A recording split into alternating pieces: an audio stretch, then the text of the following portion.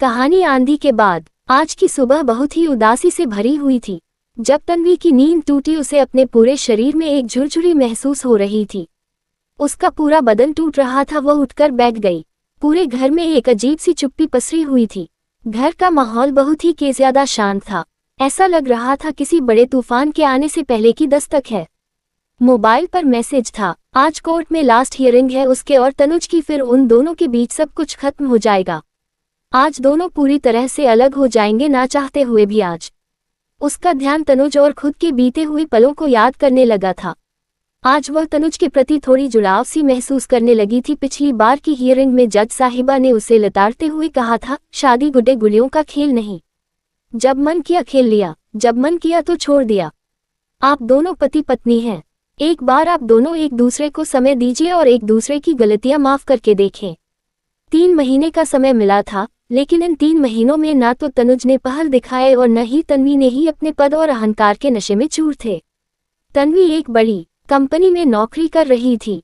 तनुज भी उतनी ही बड़ी कंपनी में अच्छी तनख्वाह में काम कर रहा था। आज कोर्ट में जाने के नाम से ही उसके मन में अजीब से ख्याल आने लगे। पता नहीं तनुज क्या रिएक्शन देगा, क्या कहेगा उससे। अब तनुज के बिना ही उसे पूरी जिंदगी गुजारनी है। फ्रेश होने के बाद वह आईने के पास आकर खड़ी हो गई।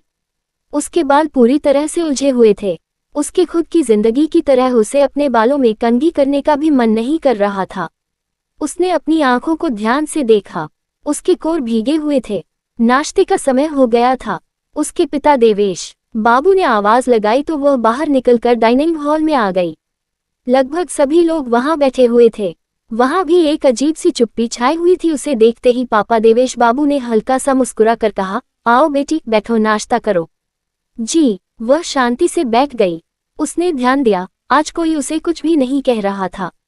सब अपने आप में ही व्यस्त दिखाने की कोशिश कर रहे थे। बड़े भैया प्रणव और भाभी अदिति दोनों ही जॉब करते थे। अदिति किचन में मां की मदद करवा रही थी। वह हेल्प की मदद से डाइनिंग टेबल पर नाश्ता रखवाने लगी। कुणाल भी आकर बैठ गया। उसने बैठते ही सभी को गुड मॉर्निंग कहा। पूरे डाइनिंग टेबल पर शांति पसरी हुई थी। तन्वी भी सिर झुकाकर अपना कॉफी और सैंडविच लेकर बैठ गई। आज ना उससे कॉफी पिया जा रहा था और ना सैंडविच खाया जा रहा था, भी उसके सामने आकर बैठ गई। तन्वी का उतरा हुआ चेहरा और हुलिया देखकर उसकी ओर व्यंग्य से मुस्कुराते हुए अदिति ने कहा, क्या बात है तन्वी, आज तो तुम्हारी हियरिंग है ना। हम हल्के से अपना सिर हिलाकर तन्वी ने जवाब दिया, फिर तुम्हें आज तनुज की याद आ रही है क्या? अपनी शक्ल देखी हो ना, बालों में कंघी है ना आंखों में काजल, क्या हुलिया बना ली हो? भले ही अदिति की बात दिल से निकली हो, मगर वह तीर की तरह तन्वी के दिल में चुभ गई। वह कुछ नहीं बोली। एक तनाव सा पसर गया था।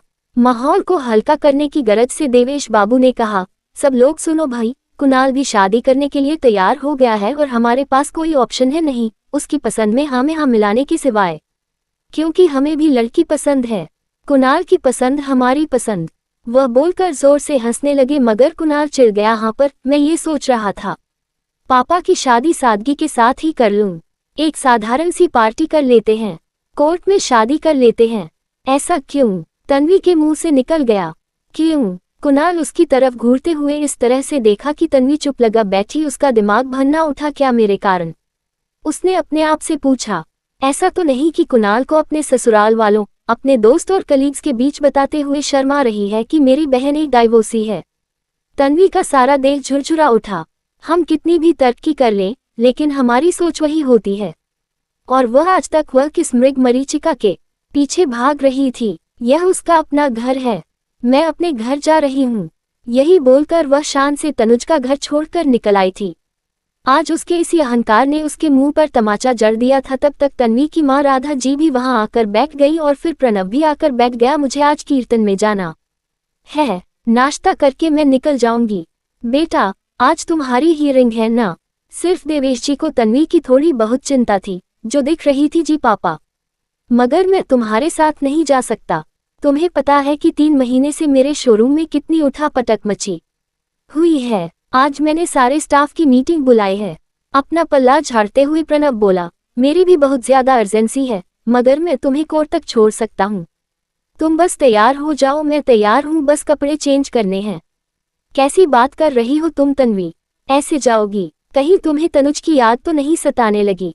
ऐसा तो नहीं कि तलाक लेते हुए तुम फिर उसी के सपने सजा बैठी हो? अदिति व्यंग्य से मुस्कुरा दी। अपनी पत्नी के तीखे व्यंग्य को इग्नोर करते हुए प्रणव ने तन्वी से कहा, कम फास्ट तन्वी, जल्दी करो, मुझे देर हो रही है, मैं तुम्हारा गाड़ी में इंतजार कर रहा हूँ। प्रणव बाहर निकलकर गाड़ी में बैठ गया। तन्वी झटके से उठी और अपने कमरे में जाकर आईने के पास खड़ी हो गई। आज उसका मन कुछ भी करने का नहीं कर रहा था। लगभग 8 से 10 महीने पहले वह तनुज का घर छोड़कर आ गई थी।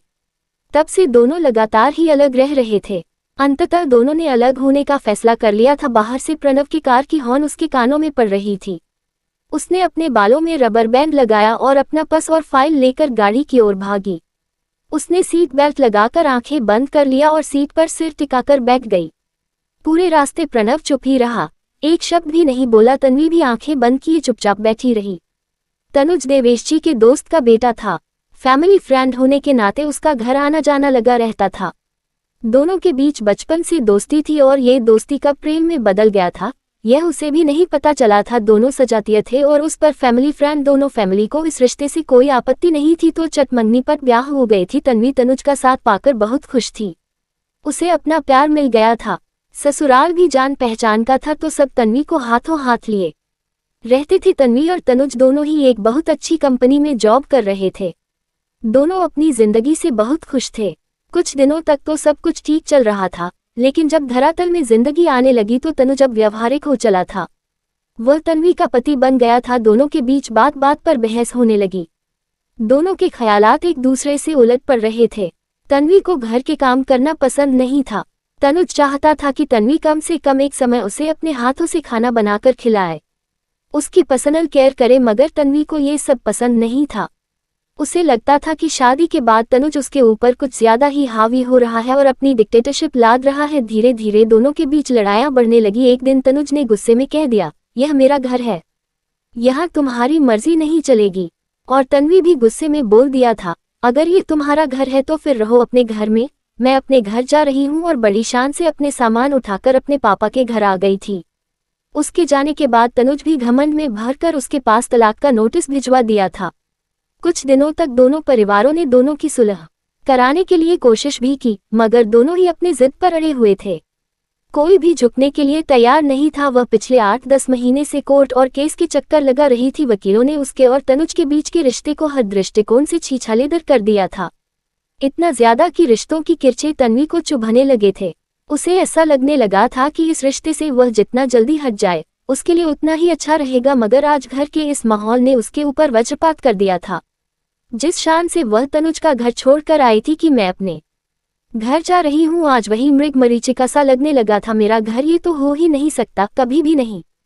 वह बुदा उठी तभी कार की लंबी हॉर्न बजने लगी और तन्वी अपने विचार श्रृंखला से बाहर आ गई। प्रणव उसकी ओर घूर रहा था। क्या बात है तन्वी, कहाँ खोई हो? तुम्हारी तबीयत तो ठीक है ना? हम बस थोड़ा हेडेक है। उसने सीट बेल्ट हटाकर गाड़ी का दरवाजा खोलते हुए कहा। प्रणव ने गाड़ी रोकते हुए कहा, आज मेरी इंपॉर्टेंट मीटिंग है, मैं तुम्हारे साथ नहीं जा सकता। सॉरी, आज तुम्हें अपने आप मैनेज करना होगा।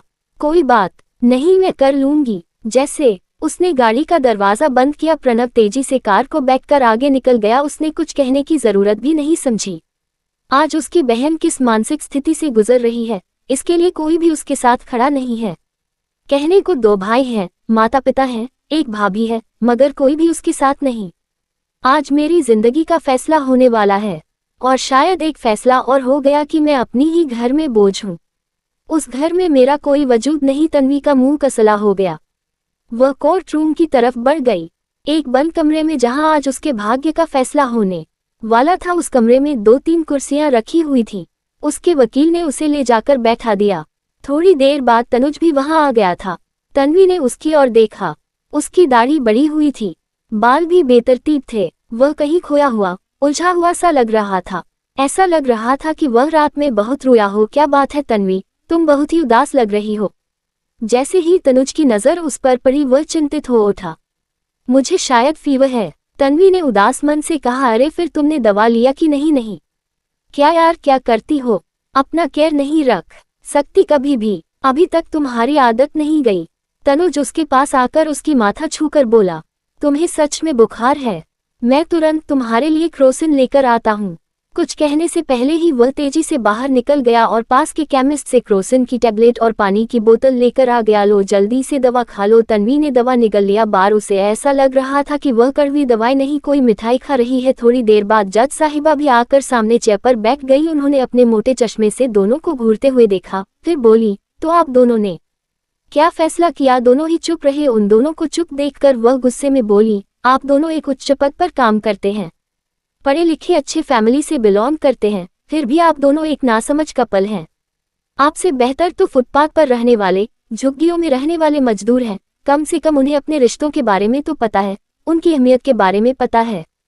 पति पत्नी का रिश्ता ऐसा होता है कि एक और एक मिलकर 11 हो सकते हैं और ना भी हुए तो 2 तो हो ही जाते हैं। आप दोनों 2 नहीं एक हैं। ये कब समझेंगे? इसी गहराई को समझने के लिए मैंने आप दोनों को 3 महीने का समय दिया था, फिर भी आप लोगों को समझ में नहीं आया कि आप दोनों एक दूसरे के सुख दुख के साथ ही हैं। कैसे पति पत्नी हैं आप? कोई झुकने को तैयार ही नहीं। नहीं, मैं झुकने को तैयार हूँ। मैं तनुज से माफी मांगने को तैयार हूँ। मुझसे गलती हो गई। तनुज जो चाहेगा वही मैं करूँगी। तन्वी की आंखें भर आई थी। दैट्स गुड, यह है स्मार्ट वाइफ की निशानी। जज साहिबा मुस्कुराई। मैं भी माफी मांगने के लिए तैयार हूँ। मैंने महसूस कर लिया इतने दिनों में कि मैं तन्वी के बगैर नहीं रह सकता। तनुज की आवाज भर्रा गई थी। मैं भी यही चाहती हूँ। तुम दोनों अपने पद और पैसे को किनारे रख दो और रिश्तों के गहराइयों में उतर कर देखो तो पता चलेगा कि तुम दोनों 2 नहीं एक हो। तभी तो पति पत्नी को एक कहा जाता है। बिल्कुल सही। दोनों वकीलों ने एक दूसरे का हाथ मिलाया और गले से लगा लिया। एक दूसरे को बधाई देते हुए कहा, हमारे पास कई तरह के केस आते हैं सर, लेकिन ऐसे केसेस में हम हारना ही पसंद करते हैं।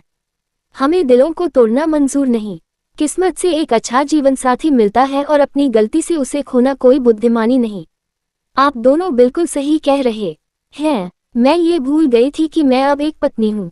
पहले मैं उसकी गर्लफ्रेंड थी, मगर शादी के बाद अपनी जिम्मेदारी का एहसास नहीं था मुझे। मैं अब तक तनुज को वही समझ रही थी जैसा पहले समझती थी। उसकी टोका टोकी मुझे अच्छी नहीं लगती थी, मगर अब अपनी गलती का एहसास हो गया है। तन्वी सिसक उठी। मुझे भी। मैं तन्वी से कुछ ज्यादा ही उम्मीदें लगा बैठा था और भूल गया था कि वह मेरी पत्नी है। अब मैं शिकायत का मौका नहीं दूंगा। बस अंत भला तो सब भला। आप दोनों अब जाए अपने घर। दोनों वकीलों ने कहा तो हम दोनों घर चलें। तनुज का चेहरा खिल उठा था। हाँ तनुज, मैं अपने घर जाना चाहती हूँ। तुम्हारे साथ? तन्वी ने तनुज का हाथ थाम लिया और तनुज ने तन्वी का। दोनों अपने घर की ओर बढ़ चले।